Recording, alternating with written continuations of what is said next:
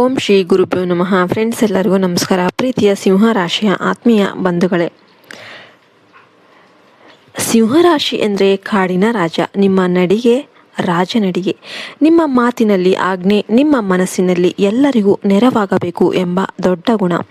ಸೂರ್ಯ ನಿಮ್ಮ ಅಧಿಪತಿ. ಸೂರ್ಯ ಇಡೀ ಜಗತ್ತಿಗೆ ಬೆಳಕು ಕೊಡ್ತಾನೆ.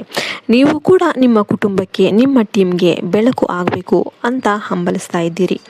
ಆದರೆ ಈಗ ನಿಮ್ಮ ಸ್ಥಿತಿ ಹೇಗಿದೆ? ಕಾಡಿನ ರಾಜ ಸರ್ಕಸ್ನಲ್ಲಿ ಸಿಕ್ಕಿಬಿದ್ದ ಹಾಗೆ ಆಗಿದೆಯಾ? ಎಷ್ಟೇ ಗರ್ಜಿಸಿದರೂ ಕೂಡ ಯಾರೂ ಕೇಳ್ತಾ ಇಲ್ಲ. ದುಡ್ಡು ಖರ್ಚು ಮಾಡ್ತಾ ಇದ್ದೀರಿ, ಆದರೆ ಹೆಸರು ಬರ್ತಾ ಇಲ್ಲ. 10 ಜನರ ಜವಾಬ್ದಾರಿ ಹೊತ್ತಿದ್ದೀರಿ, ಆದರೆ ನಿಮ್ಮ ಕಷ್ಟ ಕೇಳುವವರು ಯಾರೂ ಇಲ್ಲ. ನಾನು ಎಲ್ಲರಿಗೆ ಕೊಡ್ತೇನೆ, ನನಗೆ ಯಾರು ಕೊಡ್ತಾರೆ ಅಂತ ಒಂಟಿತನ ಕಾಡ್ತಾ ಇದೆಯಾ?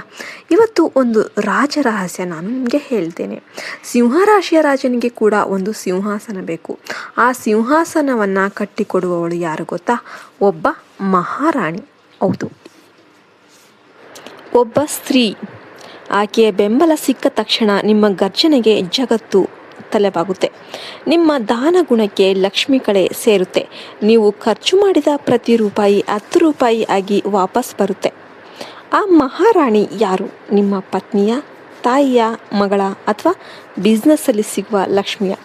ವಿಡಿಯೋ ಪೂರ್ತಿ ನೋಡಿ. ಕೊನೆಯಲ್ಲಿ ಸಿಂಹರಾಶಿಯವರು ಕೋಟ್ಯಾಧೀಶ್ವರ ಆಗೋದಕ್ಕೆ ಮಾಡಬೇಕಾದ 3 ಸೂರ್ಯ ಪರಿಹಾರ ಕೂಡ ಹೇಳ್ತೇನೆ. ಅದನ್ನು ನೀವು ಯಾವುದೇ ಕಾರಣಕ್ಕೂ ತಪ್ಪಿಸ್ಕೋಬೇಡಿ. ಲೈಕ್ ಮಾಡಿ, ಸಿಂಹರಾಶಿಯ ಎಲ್ಲ ಸ್ನೇಹಿತರೊಂದಿಗೆ ಕೂಡ ಶೇರ್ ಮಾಡಿ. ಕಮೆಂಟಲ್ಲಿ ಜೈ ಸೂರ್ಯದೇವ ಅಂತ ಬರೀರಿ. ನಿಮ್ಮ ಕೀರ್ತಿ ಸೂರ್ಯನ ಹಾಗೆ ಬೆಳಗುತ್ತೆ. ಇನ್ನು ಸಿಂಹರಾಶಿಯ DNA. ರಾಜನಿಗೆ ರಾಣಿ ಯಾಕೆ ಬೇಕು? ಸಿಂಹರಾಶಿ ರಾಶಿ ಚಕ್ರದ 5ನೇ ರಾಶಿ.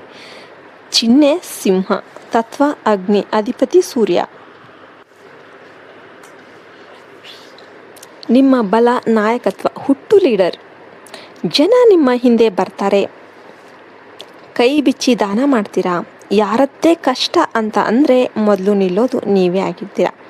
ಇನ್ನು ಆತ್ಮಗೌರವ, ಸೋಲನ್ನು ಒಪ್ಕೊಳ್ಳೋದಿಲ್ಲ, ತಲೆ ಎತ್ತಿ ಬದುಕಬೇಕು ಎಂಬ ಛಲ ನಿಮ್ಮದು. ಸೃಜನಾತ್ಮಕತೆ, 5ನೇ ಮನೆ, ಕಲೆಯ ಮನೆ. ನಟನೆ, ರಾಜಕೀಯ, ಮನರಂಜನೆ.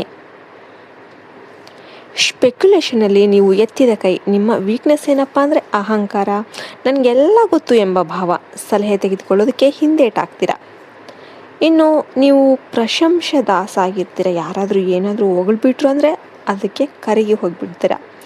ಹೊಗಳಿ ಮೋಸ ಮಾಡುವವರು ನಿಮಗೆ ಜಾಸ್ತಿ ಇರ್ತಾರೆ. ದುಂದು ವೆಚ್ಚ, ರಾಜನ ಹಾಗೆ ಬದುಕಬೇಕು ಅಂತ ಸ್ಟೇಟಸ್ಗಾಗಿ ಸಾಲ ಮಾಡಿಯಾದರೂ ಕೂಡ ಖರ್ಚು ಮಾಡ್ತೀರಾ. ಕೋಪ, ಸೂರ್ಯ ಕೋಪದ ಗ್ರಹ. ಸಿಟ್ಟು ಬಂದರೆ ಮಾತು ನಿಲ್ಲಿಸೋದಿಲ್ಲ, ಸಂಬಂಧ ಹಾಳಾಗುತ್ತೆ. ಸೂರ್ಯ ಏಕಾಂಗಿ, ಆದರೆ ಸೂರ್ಯನಿಗೆ ಬೆಳಕು ಕೊಡೋದಕ್ಕೆ ಇಡೀ ಸೌರಮಂಡಲ ಬೇಕು. ಹಾಗೇನೆ ಸಿಂಹರಾಶಿಯ ರಾಜನಿಗೆ ಹೊಳೆಯೋದಕ್ಕೆ ಒಂದು ರಾಣಿ ಬೇಕು. ರಾಣಿ ಇಲ್ಲದ ರಾಜನ ಆಸ್ಥಾನ ಪಾಳು ಬಿದ್ದಂತೆ. ಆ ರಾಣಿಯೇ ಈ ಸ್ತ್ರೀ. ಜ್ಯೋತಿಷ್ಯದಲ್ಲಿ ಸೂರ್ಯನಿಗೆ ಹೆಂಡತಿ ಸನ್ನಾದೇವಿ. ಸಂಜ್ಞಾ ಅಂದರೆ ಜ್ಞಾನ, ಎಚ್ಚರಿಕೆ. ನಿಮ್ಮ ಉಗ್ರತೆಯನ್ನು ತಪ್ಪು ಮಾಡಿ ನಿಮ್ಮ ದಾನ ಗುಣಕ್ಕೆ ಲೆಕ್ಕಾಚಾರ ಸೇರಿಸಿ ನಿಮ್ಮ ಹೆಸರನ್ನು ಶಾಶ್ವತ ಮಾಡುವವಳು ಆಕೆ. ಆ ಮಹಾರಾಣಿ ಯಾರು? 6 ಸ್ವರೂಪಗಳಲ್ಲಿರುತ್ತೆ. 1ನೇ ಸ್ವರೂಪ ಪತ್ನಿ. ಮನೆಯ ಲಕ್ಷ್ಮಿ ಪ್ಲಸ್ ಸರಸ್ವತಿ ಆಗಿರ್ತಾರೆ. ಸಿಂಹರಾಶಿಯ 7ನೇ ಮನೆ ಕುಂಭರಾಶಿ. ಅದರ ಅಧಿಪತಿ ಶನಿ ಮತ್ತು ರಾಹು. ಶನಿ ಅಂದರೆ ನ್ಯಾಯ, ಶಿಸ್ತು, ನಿಧಾನ, ಲಾಭ.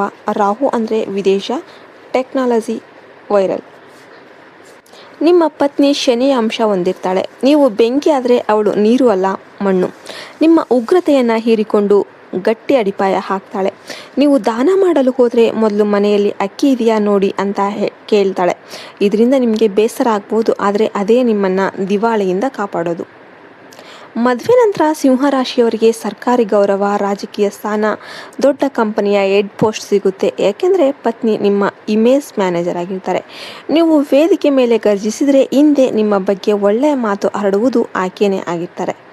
ಇನ್ನು ಮದುವೆ ಆಗಿಲ್ಲದಿದ್ದರೆ 2026ರಲ್ಲಿ ಶನಿ ನಿಮ್ಮ 7ನೇ ಮನೆ ಕುಂಭರಾಶಿಯಿಂದ 8ನೇ ಮನೆ ಮೀನರಾಶಿಗೆ ಹೋಗ್ತಾನೆ. 8ನೇ ಮನೆ ಅತ್ತೆ ಮನೆ, ರಹಸ್ಯ ಧನ ಮನೆ. ಈ ಸಮಯದಲ್ಲಿ ಸಿಗುವ ಹುಡುಗಿ ನಿಮ್ಮ ಗುಪ್ತ ಅದೃಷ್ಟದ ಬೀಗ. ಅವಳು ಕೆಲಸದಲ್ಲಿರುವ ಹುಡುಗಿ ತುಂಬ ಪ್ರಾಕ್ಟಿಕಲ್ ಆಗಿರ್ತಾಳೆ. ಅವಳನ್ನು ಮದುವೆ ಆದ 2 ವರ್ಷದಲ್ಲಿ ನಿಮ್ಮ ಹೆಸರಲ್ಲಿ ಆಸ್ತಿ, ನಿಮ್ಮೂರಲ್ಲಿ ಗೌರವ ಎರಡೂ ಕೂಡ ಸಿಗುತ್ತೆ. ಇನ್ನು ತಾಯಿ ಸ್ವರೂಪದಲ್ಲಿರುವ ಸ್ತ್ರೀ ರಾಜಮಾತೆ, 4ನೇ ಮನೆ ತಾಯಿ ಮನೆ. ಅದರ ಅಧಿಪತಿ ಕುಜ. ಕುಜ ಅಂದರೆ ಭೂಮಿ, ರಕ್ತ, ಶಕ್ತಿ, ಸೂರ್ಯ ಪ್ಲಸ್ ಕುಜ ಸೇರಿದರೆ ಸೇನಾಧಿಪತಿ ಯೋಗ. ನಿಮ್ಮ ತಾಯಿಯ ಆಶೀರ್ವಾದ ಇದ್ದರೆ ನೀವು ಯಾವುದೇ ಯುದ್ಧ ಗೆಲ್ತೀರಾ. ರಿಯಲ್ ಎಸ್ಟೇಟ್, ರಾಜಕೀಯ, ಪೊಲೀಸ್, ಆರ್ಮಿ ಎಲ್ಲ ಕ್ಷೇತ್ರಗಳಲ್ಲಿ ಇರುವ ಸಿಂಹರಾಶಿಯವರಿಗೆ ತಾಯಿಯ ಆಶೀರ್ವಾದನೇ ಮದ್ದು ಇದ್ದಂತೆ. ತಾಯಿಯ ಹೆಸರಲ್ಲಿ ಮನೆ ಕಟ್ಟಿಸಿ ಆ ಮನೆಯಲ್ಲಿ ನೀವು ರಾಜನ ಹಾಗೆ ಮೆರಿತೀರಾ. ಇನ್ನು 3ನೇ ಸ್ವರೂಪದವಳು ಮಗಳು ರಾಜ್ಕುಮಾರಿ. 5ನೇ ಮನೆ ನಿಮ್ಮದೇ ರಾಶಿ ಸಿಂಹರಾಶಿ. ಅದರ ಅಧಿಪತಿ ಸೂರ್ಯನೇ ಆಗಿರ್ತಾನೆ. ನಿಮ್ಮ ಮಗಳು ನಿಮ್ಮ ಪ್ರತಿರೂಪ. ಮಗಳು ಹುಟ್ಟಿದ ನಂತರ ನಿಮ್ಮ ಕೀರ್ತಿ ಬೆಳೆಯುತ್ತೆ. ನೀವು ಕಲಾವಿದರಾದರೆ ಮಗಳಿಗೆ ಪ್ರಶಸ್ತಿ ಬರುತ್ತೆ. ನೀವು ರಾಜಕಾರಣಿಯಾದರೆ ಮಗಳಿಂದ ನಿಮ್ಮ ವೋಟ್ ಬ್ಯಾಂಕ್ ಹೆಚ್ಚಾಗುತ್ತೆ. ಮಗಳು ಲಕ್ಷ್ಮಿ ಅಲ್ಲ, ಅವಳು ನಿಮ್ಮ ಯುವರಾಣಿ. ಇನ್ನು 4ನೇ ಸ್ವರೂಪ ಮಹಿಳಾ IAS IPS ರಾಜಕಾರಣಿ. ಅಧಿಕಾರದ ಸ್ತ್ರೀ. ಸೂರ್ಯ ಸರ್ಕಾರ ಅಧಿಕಾರದ ಕಾರಕ. ನಿಮ್ಮ ಜಾತಕದಲ್ಲಿ ಸೂರ್ಯ ಬಲ ಇದ್ದರೆ ನಿಮಗೆ ಲೇಡಿ ಆಫೀಸರ್, ಲೇಡಿ ಮಿನಿಸ್ಟರ್ ಸಂಪರ್ಕ ಸಿಗುತ್ತೆ. ಅವರ ಒಂದು ಸಹಿಯಿಂದ ನಿಮ್ಮ ಟೆಂಡರ್ ಪಾಸಾಗುತ್ತೆ. ನಿಮ್ಮ ಟ್ರಸ್ಟ್ಗೆ ದೊಡ್ಡ ಡೊನೇಷನ್ ಬರುತ್ತೆ. ಸಿಂಹರಾಶಿಯವರು ಮಹಿಳಾ ಅಧಿಕಾರಿಗಳನ್ನು ಗೌರವದಿಂದ ನೋಡಿದರೆ ಅವರಿಂದ ರಾಜ ಮರ್ಯಾದೆ ಸಿಗುತ್ತೆ. ಅವರಿಗೆ ಅಪಮಾನ ಮಾಡಿದರೆ ಸೂರ್ಯ ಮುನಿಸಿಕೊಂಡು ರಾಜಯೋಗ ಕೈತಪ್ಪಿ ಹೋಗುತ್ತೆ. ಇನ್ನು 5ನೇದು ಮಹಿಳಾ ಫ್ಯಾನ್ ಬೇಸ್. ಸಾರ್ವಜನಿಕ ಸ್ತ್ರೀ. ನೀವು ನಟ, ರಾಜಕಾರಣಿ, ಯೂಟ್ಯೂಬರ್ ಆಗಿದ್ದರೆ ನಿಮ್ಮ ಹೆಣ್ಣು ಅಭಿಮಾನಿಗಳೇ ನಿಮ್ಮ ನಿಜವಾದ ಶಕ್ತಿ. ಸಿಂಹರಾಶಿಯವರಿಗೆ ಸ್ತ್ರೀಯರ ಓಟು, ಸ್ತ್ರೀಯರ ಲೈಕ್, ಸ್ತ್ರೀಯರ ಶೇರ್ನಿಂದಲೇ ದೊಡ್ಡ ಬ್ರೇಕ್ ಸಿಗುತ್ತೆ. ಅವರನ್ನು ತಾಯಿ, ತಂಗಿ ಅಂತ ಕರೆದು ಗೌರವ ಕೊಡಿ. ನಿಮ್ಮ ರೀಚ್ 10 ಪಟ್ಟು ಹೆಚ್ಚಾಗುತ್ತೆ. ಇನ್ನು 6ನೇದಾಗಿ ಕುಲದೇವತೆ ಅಥವಾ ಗ್ರಾಮ ದೇವತೆ. ಸಿಂಹರಾಶಿಯವರ ಕುಲದೇವತೆ ಹೆಣ್ಣು ದೇವರೇ ಆಗಿರ್ತಾರೆ. ಚಾಮುಂಡಿ, ದುರ್ಗೆ, ಊರಮ್ಮ. ಪ್ರತಿ ಅಮಾವಾಸ್ಯೆ ಹುಣ್ಣಿಮೆ ದಿನ ನಿಮ್ಮ ಕುಲದೇವತೆಗೆ ನಿಂಬೆಹಣ್ಣಿನ ದೀಪ ಹಚ್ಚಿ. ಆ ತಾಯಿಯೇ ನಿಮ್ಮ ಜೀವನದ ಎಲ್ಲ ಕಷ್ಟಕ್ಕೆ ಗುರಾಣಿ ಆಗಿರ್ತಾರೆ. ಅವರೇ ಸೂಚನೆ ಕೊಟ್ಟು ಆ ಮಹಾರಾಣಿಯನ್ನು ನಿಮ್ಮ ಬಾಳಿಗೆ ಬೆಳಗನ್ನು ಬೆಳಗೋದಕ್ಕೆ ಕಳಿಸ್ತಾರೆ. ಇನ್ನು ಆಕೆ ಬಂದ ಮೇಲೆ ಆಗುವ 7 ರಾಜಯೋಗ ಬದಲಾವಣೆಗಳು. 1ನೇದಾಗಿ ಖರ್ಚು ವೆಚ್ಚಕ್ಕೆ ಕಡಿವಾಣ, ರಾಯಲ್ ಸೇವಿಂಗ್. ನೀವು 1 ಲಕ್ಷ ದುಡಿದ್ರೆ 1,20,000 ಖರ್ಚು ಮಾಡುವವರು. ನೀವು ಸ್ಟೇಟಸ್ ಮೇಂಟೈನ್ ಮಾಡೋದಕ್ಕೆ ಸಾಲ ಮಾಡ್ತೀರಾ. ಆಕೆ ಬಂದ ಮೇಲೆ ರಾಜ ಬೊಕ್ಕಸ ಖಾಲಿ ಆಗ್ತಿದೆ ಅಂತ ಪ್ರೀತಿಯಿಂದ ಎಚ್ಚರಿಸ್ತಾಳೆ. ತಿಂಗಳಿಗೆ 10% ಚಿನ್ನ ತಗೊಳ್ಳೋಣ, 20% ಲ್ಯಾಂಡ್ ಮೇಲೆ ಹೂಡಿಕೆ ಮಾಡೋಣ ಅಂತ ರಾಜನ ಬಜೆಟ್ ಮಾಡ್ತಾಳೆ. ನಿಮ್ಮ ದುಂದು ವೆಚ್ಚ ನಿಂತು ರಾಜಮನೆತನದ ಉಳಿತಾಯ ಶುರುವಾಗುತ್ತೆ. 2ನೇದಾಗಿ ಹೆಸರಿಗೆ ಕಳಂಕ ಇಲ್ಲ, ಇಮೇಜ್ ಪ್ರೊಟೆಕ್ಷನ್. ಸಿಂಹರಾಶಿಯವರು ಬೇಗ ನಂಬ್ತಾರೆ. ಹೊಗಳಿದವರಿಗೆ ಮೋಸ ಹೋಗ್ತಾರೆ. ಪಾರ್ಟ್ನರ್ಶಿಪ್ಪಲ್ಲಿ ಕೈ ಸುಟ್ಟುಕೊಳ್ತೀರಾ. ಆಕೆ ನಿಮ್ಮ ಬಾಡಿಗಾರ್ಡ್ ಇದ್ದಂತೆ. ಈ ಮನುಷ್ಯ ಸರಿಯಿಲ್ಲ, ಈ ಡೀಲ್ನಲ್ಲಿ ರಿಸ್ಕ್ ಇದೆ ಅಂತ 10 ಕಿಲೋಮೀಟರ್ ದೂರದಿಂದ ವಾಸನೆ ಹಿಡಿತಾಳೆ. ನಿಮ್ಮ ಮಾನ ಮರ್ಯಾದೆಯನ್ನು ಕಾಪಾಡುವ ದೇವತೆ ಅವಳು. 3ನೇದಾಗಿ ಕೋಪ ಕಡಿಮೆ, ಮಾತಿನಲ್ಲಿ ಮಧುರ. ನಿಮ್ಮ ಕೋಪ ನಿಮ್ಮ ದೊಡ್ಡ ಶತ್ರು ಆಗಿರುತ್ತೆ. ಒಂದು ಕೋಪಕ್ಕೆ 10 ವರ್ಷದ ಸಂಬಂಧ ಹಾಳು ಮಾಡಿಕೊಳ್ತೀರಾ. ಆಕೆ ನಿಮ್ಮ ಪರ್ಸನಲ್ ಆ್ಯಂಗರ್ ಮ್ಯಾನೇಜ್ಮೆಂಟ್ ಕೋಚ್ ಆಗಿರ್ತಾರೆ. ನೀವು ಕೋಪ ಮಾಡಿಕೊಂಡಾಗ ಸುಮ್ಮನೆ ನಿಮ್ಮ ಕೈ ಹಿಡಿದುಕೊಳ್ತಾಳೆ. ಮಹಾರಾಜರು ಈಗ ಮಾತನಾಡಬೇಡಿ, ನೀರು ಕುಡಿರಿ ಅಂತಾಳೆ. 10 ನಿಮಿಷಕ್ಕೆ ನಿಮ್ಮ ಕೋಪ ನೀರಾಗಿ ಹೋಗ್ಬಿಡುತ್ತೆ. ಇದರಿಂದ ನಿಮ್ಮ ಬಿಸ್ನೆಸ್, ಸಂಸಾರ ಎರಡೂ ಕೂಡ ಉಳಿಯುತ್ತೆ. 4ನೇದಾಗಿ ದಾನಕ್ಕೆ ದಿಕ್ಕು, ಪುಣ್ಯಕ್ಕೆ ಲೆಕ್ಕ. ನೀವು ದಾನಶೂರರಾಗಿರ್ತೀರಾ, ಆದರೆ ಅರ್ಹರಿಗೆ ದಾನ ಮಾಡ್ತಿದ್ದೀರಾ. ಸುಮ್ಮನೆ ಯಾರು ಕೇಳಿದ್ರು ಅವ್ರಿಗೆ ಕೊಟ್ಬಿಡ್ತೀರಾ. ಆಕೆ ನಿಮ್ಮ ಟ್ರಸ್ಟಿ ಆಗ್ತಾಳೆ. ಅನಾಥಾಶ್ರಮಕ್ಕೆ ಕೊಡಿ, ಶಾಲೆಗೆ ಪುಸ್ತಕ ಕೊಡಿಸಿ. ದೇವಸ್ಥಾನ ಜೀರ್ಣೋದ್ಧಾರ ಮಾಡಿ ಅಂತ ಪುಣ್ಯದ ಲೆಕ್ಕ ಬರೆದಿಡ್ತಾಳೆ. ದಾನಕ್ಕೆ ಪುಣ್ಯ, ಪುಣ್ಯಕ್ಕೆ ಸಂಪತ್ತು. ನಿಮ್ಮ ಕೀರ್ತಿ ಶಾಶ್ವತ ಆಗುತ್ತೆ. ಐದನೇದಾಗಿ ರಾಜಕೀಯ ಮತ್ತು ಸಮಾಜ ಸೇವೆ ಯಶಸ್ಸು. ಸಿಂಹರಾಶಿಗೆ ರಾಜಕೀಯ ಯೋಗ ಇದೆ, ಆದರೆ ಗೆಲ್ಲೋದಕ್ಕೆ ಹೆಣ್ಮಕ್ಕಳ ಓಟು ಬೇಕು. ನಿಮ್ಮ ಪತ್ನಿ ನಿಮ್ಮ ಜೊತೆ ಪ್ರಚಾರಕ್ಕೆ ಬಂದರೆ, ನಿಮ್ಮ ತಾಯಿ ನಿಮ್ಮ ಬಗ್ಗೆ 4 ಒಳ್ಳೆಯ ಮಾತಾಡಿದರೆ ನಿಮ್ಮ ಗೆಲುವು ಯಾರೂ ತಡೆಯೋದಕ್ಕೆ ಆಗೋದಿಲ್ಲ. ಆಕೆ ನಿಮ್ಮ ಪಕ್ಷದ ಸ್ಟಾರ್ ಪ್ರಚಾರಕಿ ಆಗ್ತಾಳೆ. ಆರನೇದಾಗಿ ಆರೋಗ್ಯ ಅಥವಾ ಹೃದಯ ರಕ್ಷಣೆ. ಸಿಂಹರಾಶಿಗೆ ಹೃದಯ, ಬೆನ್ನು, ಕಣ್ಣಿನ ಸಮಸ್ಯೆ, BP, ಸ್ಟ್ರೆಸ್ ಜಾಸ್ತಿ. ಯಾಕೆಂದರೆ ಎಲ್ಲ ಜವಾಬ್ದಾರಿ ನನ್ನದೇ ಅಂತ ನೀವು ತಲೆಗೆ ಹಾಕಿಕೊಳ್ತೀರ. ಆಕೆ ಬಂದು ನಿಮ್ಮ ಜವಾಬ್ದಾರಿ ಹಂಚಿಕೊಳ್ತಾಳೆ. ಆಫೀಸ್ ಟೆನ್ಷನ್, ಮನೆಗೆ ಬರಬೇಡಿ ನಾನಿದ್ದೇನೆ ಅಂತ ಹೇಳ್ತಾಳೆ. ಟೈಮಿಗೆ ಮದ್ದು, ಟೈಮ್ಗೆ ಊಟ, ಟೈಮ್ಗೆ ನಿದ್ದೆ. ನಿಮ್ಮ ಹಾರ್ಟ್ ಸ್ಟ್ರಾಂಗ್ ಆಗಿ ಇರುತ್ತೆ.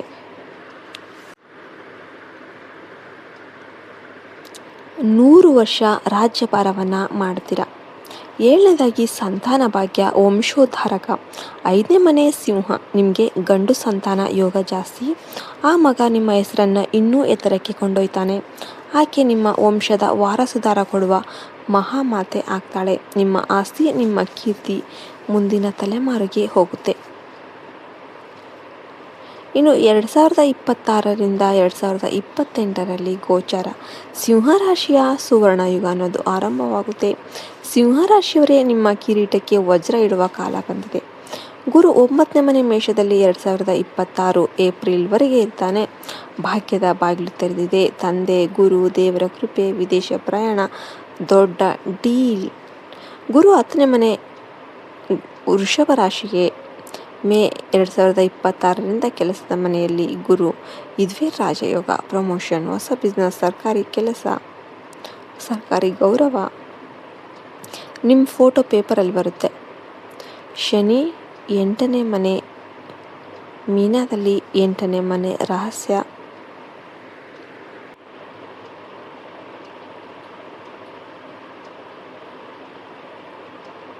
ಧನ 10ನೇ ಮನೆ ಇನ್ಸುರೆನ್ಸ್. ಶನಿ ಅಲ್ಲಿ ಇದ್ರೆ ಪಿತ್ರಾರ್ಜಿತ ಆಸ್ತಿ, ಇನ್ಸುರೆನ್ಸ್ ಕ್ಲೈಮ್, ಅತ್ತೆ ಕಡೆಯಿಂದ ಲಾಭ. ಇನ್ನು ರಾಹು 7ನೇ ಮನೆ ಕುಂಭದಲ್ಲಿ, ಪತ್ನಿ ಅಥವಾ ಬಿಸ್ನೆಸ್ ಪಾರ್ಟ್ನರ್ ಮೂಲಕ ವಿದೇಶಿ ಸಂಪರ್ಕ, ಟೆಕ್ನಾಲಜಿ ಲಾಭ, ವೈರಲ್ ಯೋಗ. ಈ 3 ವರ್ಷ ನಿಮ್ಮ ಮಾತು ತೀರ್ಪು ಆಗುತ್ತೆ. ನಿಮ್ಮ ಸಹಿ ಕೋಟಿಗೆ ಬೆಲೆ ಬಾಳುತ್ತೆ. ಆದರೆ ಒಂದು ಕಂಡೀಷನ್, ನಿಮ್ಮ ಪಕ್ಕ ನಿಮ್ಮ ಮಹಾರಾಣಿ ಇರಬೇಕು. ಒಂಟಿ ಸಿಂಹ ಭೇಟಿಯಾಡ್ಬೋದು, ಆದರೆ ರಾಜ್ಯ ಆಳೋದಕ್ಕೆ ರಾಣಿ ಬೇಕು. ಇನ್ನು 1ನೇ ಪರಿಹಾರ, ಸೂರ್ಯ ನಮಸ್ಕಾರ ಮತ್ತು ಆದಿತ್ಯ ಹೃದಯ. ಪ್ರತಿದಿನ ಬೆಳಿಗ್ಗೆ 6ರಿಂದ 7ರ ಒಳಗೆ ಸೂರ್ಯನಿಗೆ ನಮಸ್ಕಾರ ಮಾಡಿ. ತಾಮ್ರದ ಚೆಂಬಿನಲ್ಲಿ ನೀರು, ಕೆಂಪು ಹೂವು, ಕುಂಕುಮ ಹಾಕಿ ಓಂ ಗೃಹಿಣಿ ಸೂರ್ಯಾಯ ನಮಃ ಅಂತ ಅರ್ಘ್ಯ ಕೊಡಿ. ಭಾನುವಾರ ಆದಿತ್ಯ ಹೃದಯ ಸ್ತೋತ್ರ ಕೇಳಿ. ಇದರಿಂದ ನಿಮ್ಮ ಆತ್ಮಬಲ, ಆರೋಗ್ಯ, ಹೆಸರು 3 ಜಾಸ್ತಿ ಆಗುತ್ತೆ. ಸೂರ್ಯಬಲ ಇದ್ದರೆ ಸರ್ಕಾರ ನಿಮ್ಮನ್ನು ಹುಡುಕಿಕೊಂಡು ಬರುತ್ತೆ. ಇನ್ನು 2ನೇ ಪರಿಹಾರ, ತಂದೆ ಮತ್ತು ಪತ್ನಿಗೆ ಗೌರವ, ಕೆಂಪು ವಸ್ತ್ರ ದಾನ. ಭಾನುವಾರ ನಿಮ್ಮ ತಂದೆಗೆ ನಮಸ್ಕಾರ ಮಾಡಿ. ಅವರಿಗೆ ಇಷ್ಟವಾದ ಸಿಹಿ ತಿನ್ನಿಸಿ. ನಿಮ್ಮ ಪತ್ನಿಗೆ ಕೆಂಪು ಸೀರೆ, ಕೆಂಪು ಬಳೆ ಕೊಡಿ. ಸೂರ್ಯನ ಬಣ್ಣ ಕೆಂಪು. ಸೂರ್ಯನಿಗೆ ಇಷ್ಟವಾದ ವಸ್ತು ಗೋಧಿ. ಬಡವರಿಗೆ ಗೋಧಿ ಹಿಟ್ಟು ದಾನ ಮಾಡಿ. ತಂದೆ ಮತ್ತು ಪತ್ನಿ ಖುಷಿ ಇದ್ದರೆ ಸೂರ್ಯ ನಿಮಗೆ ರಾಜಪಟ್ಟ ಕಟ್ತಾನೆ. 3ನೇ ಪರಿಹಾರ, ಮಾಣಿಕ್ಯ ಧಾರಣೆ ಮತ್ತು ಗೋಸೇವೆ. ಸಾಧ್ಯವಾದರೆ 3 ಕ್ಯಾರೆಟ್ ಮಾಣಿಕ್ಯವನ್ನು ಚಿನ್ನದ ಉಂಗುರದಲ್ಲಿ ಬಲಗೈ ಉಂಗುರದ ಬೆರಳಿಗೆ ಭಾನುವಾರ ಬೆಳಿಗ್ಗೆ ಧರಿಸುವ ಮುನ್ನ ಓಂ ರಾಂ ಹ್ರೀಂ ಹೌಂ ಸಹ ಸೂರ್ಯಾಯ ನಮಃ 108 ಸಲ ಹೇಳಿ. ಭಾನುವಾರ ಗೋಮಾತೆಗೆ ಬೆಲ್ಲ ಮತ್ತು ಗೋಧಿ ತಿನ್ನಿಸಿ. ಗೋವು ಸೂರ್ಯನ ಪ್ರತ್ಯಕ್ಷ ರೂಪ. ಗೋ ಸೇವೆ ಮಾಡಿದರೆ ಸೂರ್ಯನ ಶಾಪ ತಾಗೋದಿಲ್ಲ. ಸರ್ಕಾರಿ ಕೆಲಸ, ರಾಜಕೀಯದಲ್ಲಿ ಇರುವ ಅಡೆತಡೆ ನಿವಾರಣೆ ಆಗುತ್ತೆ. ಬೋನಸ್, ಅನ್ನದಾನ ಮತ್ತು ಕನ್ನಡಿ ದಾನ. ಹಸಿದವರಿಗೆ ಅನ್ನ ಹಾಕಿಸಿ. ಸೂರ್ಯ ಅನ್ನದ ಕಾರಕ. ಜೊತೆಗೆ ಬಡ ಹೆಣ್ಮಕ್ಕಳಿಗೆ ಕನ್ನಡಿ ದಾನ ಮಾಡಿ. ಕನ್ನಡಿ ಶುಕ್ರನ ಕಾರಕ. ಸೂರ್ಯ ಪ್ಲಸ್ ಶುಕ್ರ ಇಬ್ಬರು ಸೇರಿದರೆ ರಾಜಯೋಗ. ನಿಮ್ಮ ಪತ್ನಿ ನಿಮ್ಮನ್ನು ನೋಡುವಾಗ ಕನ್ನಡಿಯಲ್ಲಿ ರಾಣಿಯ ಹಾಗೆ ಕಾಣಬೇಕು. ಇನ್ನು ಸೂರ್ಯನನ್ನು ಕೆಡಿಸುವ 3 ತಪ್ಪುಗಳು ಏನೇನು? ನೀವು ಯಾವುದೇ ಕಾರಣಕ್ಕೂ ತಂದೆಗೆ ಅವಮಾನ ಮಾಡಬೇಡಿ. ಸೂರ್ಯ ತಂದೆಯ ಕಾರಕ. ತಂದೆಯ ಮನಸ್ಸು ನೋಯಿಸಿದರೆ ಸರ್ಕಾರಿ ಕೆಲಸ ಹೋಗುತ್ತೆ, ತಂದೆಯ ಆಸ್ತಿ ಸಿಗೋದಿಲ್ಲ. ಇನ್ನು ಸರ್ಕಾರಕ್ಕೆ ಮೋಸ ಮಾಡಿದರೆ ಅಂದರೆ ಟ್ಯಾಕ್ಸ್ ಕದಿಯೋದು, ಸರ್ಕಾರಿ ಜಾಗ ಒತ್ತುವರಿ ಮಾಡೋದು, ಸೂರ್ಯರಾಜನ ಗ್ರಹ ರಾಜನಿಗೆ ಮೋಸ ಮಾಡಿದರೆ ರಾಜದಂಡನೆ ಆಗುತ್ತೆ. ಬೆಳಿಗ್ಗೆ 8 ಗಂಟೆ ನಂತರ ತನಕ ಮಲಗೋದು ಇದೆಲ್ಲ ಇಷ್ಟ ಆಗೋದಿಲ್ಲ. ಸೂರ್ಯ ಉದಯಿಸಿದ ಮೇಲೆ ಮಲಗಿದರೆ ದಾರಿದ್ರ್ಯ ಅನ್ನೋದು ಹೆಚ್ಚಾಗುತ್ತೆ. ಸಿಂಹರಾಶಿಯವರು ಬ್ರಾಹ್ಮಿ ಮುಹೂರ್ತದಲ್ಲಿ ಎದ್ದು ಸ್ನಾನ ಮಾಡಿ ಪೂಜೆ ಮಾಡಬೇಕು. ಇದರಿಂದ ರಾಜಗುಣ ಜಾಗೃತ ಆಗುತ್ತೆ. ಸಿಂಹರಾಶಿಯ ರಾಜರೇ ನೀವು ಕಾಡಿಗೆ ರಾಜ ಆಗ್ಬೋದು, ಆದರೆ ಮನೆಗೆ ರಾಜ ಆಗೋದಕ್ಕೆ, ಮನಸ್ಸಿಗೆ ರಾಜ ಆಗೋದಕ್ಕೆ, ಸಂಪತ್ತಿಗೆ ರಾಜ ಆಗೋದಕ್ಕೆ ನಿಮಗೆ ಮಹಾರಾಣಿ ಬೇಕು. ಅವಳು ನಿಮ್ಮ ದೌರ್ಬಲ್ಯವನ್ನು ಮುಚ್ಚಿ ನಿಮ್ಮ ಬಲವನ್ನು ಜಗತ್ತಿಗೆ ತೋರಿಸ್ತಾಳೆ. ನೀವು 10 ಜನರ ಮುಂದೆ ಗರ್ಜಿಸಿದರೆ ಅವಳು ನಿಮ್ಮ ಬೆನ್ನ ಹಿಂದೆ ನಿಂತು ಬೆನ್ನು ತಡ್ತಾಳೆ. ನೀವು ಗೆಲ್ತಿರಿ ಮಹಾರಾಜ ಅಂತ ಹೇಳ್ತಾಳೆ. ಅವಳನ್ನು ಗೌರವಿಸಿ ಅವಳ ಮಾತು ಕೇಳಿ ನಿಮ್ಮ ಅಹಂಕಾರವನ್ನು ಅವಳ ಪಾದಕ್ಕೆ ಅರ್ಪಿಸಿ. ಆಗ ಸೂರ್ಯದೇವನ ಮೆಚ್ಚಿ ನಿಮಗೆ ಸುವರ್ಣ ಸಿಂಹಾಸನವನ್ನು ಕೊಡ್ತಾರೆ. 2026ರಿಂದ ನಿಮ್ಮ ರಾಜ್ಯಭಾರ ಶುರು. ನಿಮ್ಮ ಕೀರ್ತಿ ದಿಗಂತಕ್ಕೆ ಹರಡಲಿ. ನಿಮ್ಮ ದಾನ ಧರ್ಮ ಶಾಶ್ವತವಾಗಲಿ. ನಿಮ್ಮ ವಂಶ ಉದ್ಧಾರ ಆಗಲಿ. ಜೈ ಸೂರ್ಯದೇವ, ಜೈ ಭವಾನಿ. ಓಂ ಶಾಂತಿ. ಜೈ ಹಿಂದ್, ಜೈ ಭಾರತ್ ಮಾತೆ. ಹರಿ ಓಂ ತತ್ಸತ್. ಸರ್ವೇ ಜನೋ ಸುಖಿನೋ ಭವಂತು.